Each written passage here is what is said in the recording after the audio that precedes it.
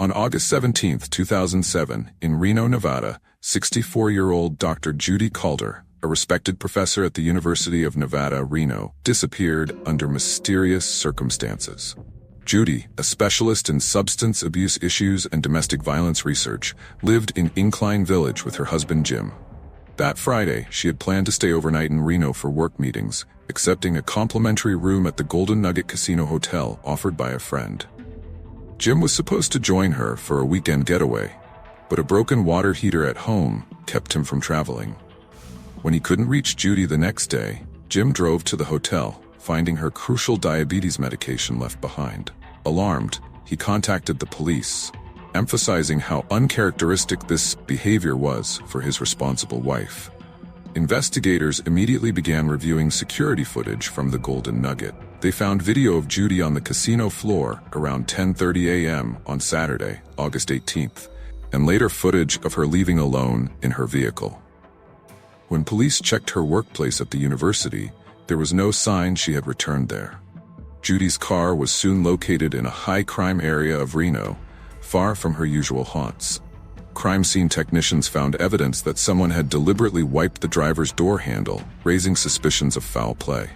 Witnesses in the area reported seeing a dark-skinned male driving Judy's car. As detectives dug deeper, Judy's daughter Kim revealed a disturbing incident from the previous year. An unknown assailant had attacked Judy in her garage, telling her, "Somebody at the university wants you dead." The attack went unsolved, and investigators now wondered if it might be connected to her disappearance. The investigation led police to Ricky Barge, a friend of the Calders who owned a printing shop called Imaging Technologies. Ricky had done work for the university and become friends with Judy over the years. He even became business partners with Jim in the printing business. Ricky seemed genuinely distraught about Judy's disappearance and had been helping Jim cope with the situation. When questioned, Ricky mentioned a casual laborer named Carlos, who sometimes did deliveries for him at the university. The physical description of Carlos matched the person seen driving Judy's car. However, Ricky claimed not to know Carlos's last name or how to contact him. Police soon identified Carlos Filomeno, a man with an active probation warrant and a history of property crimes. Finding Carlos and uncovering any connection to Judy's disappearance became the detectives' top priority. 10 days after Judy vanished, on August 28th, two hunters made a grim discovery just outside Jackpot, Nevada. They found a body partially buried in the sand, wearing green sandals consistent with Judy's typical attire.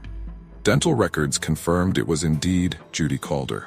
The medical examiner determined she had been stabbed multiple times and likely killed and buried on the same day she went missing. Forensic investigators found tire tracks near Judy's body, but they didn't match vehicles belonging to her family or friends. When detectives examined the delivery van used by Carlos at Imaging Technologies, they noticed it had been cleaned with bleach and contained traces of human blood.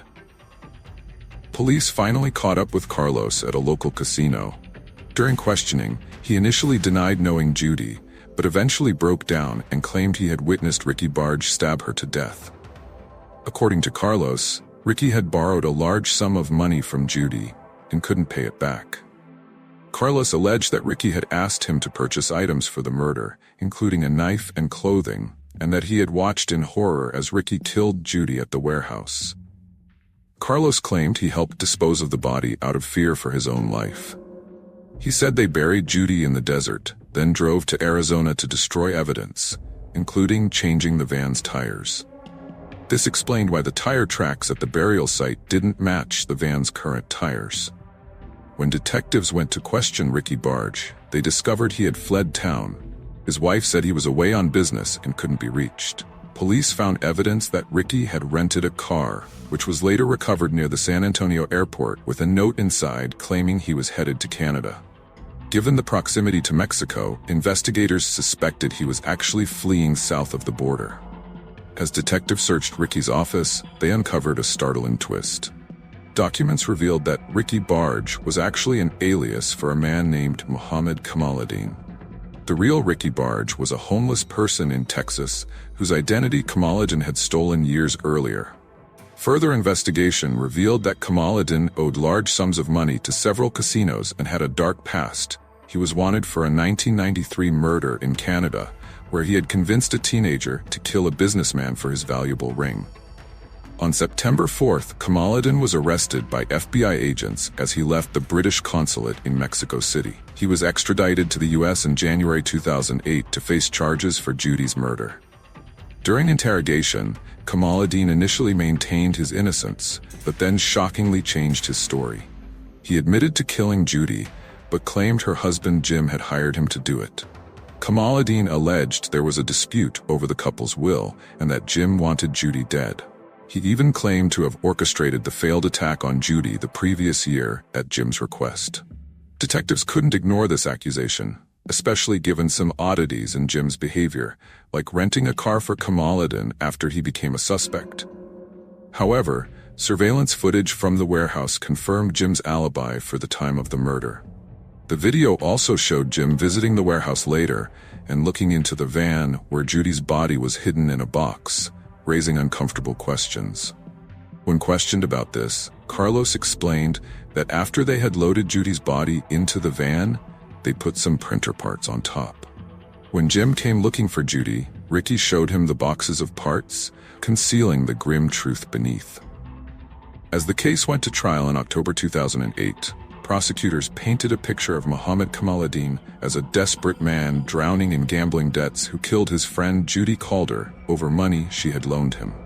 They argued that he then tried to pin the blame on everyone around him, from his accomplice Carlos to Judy's husband Jim.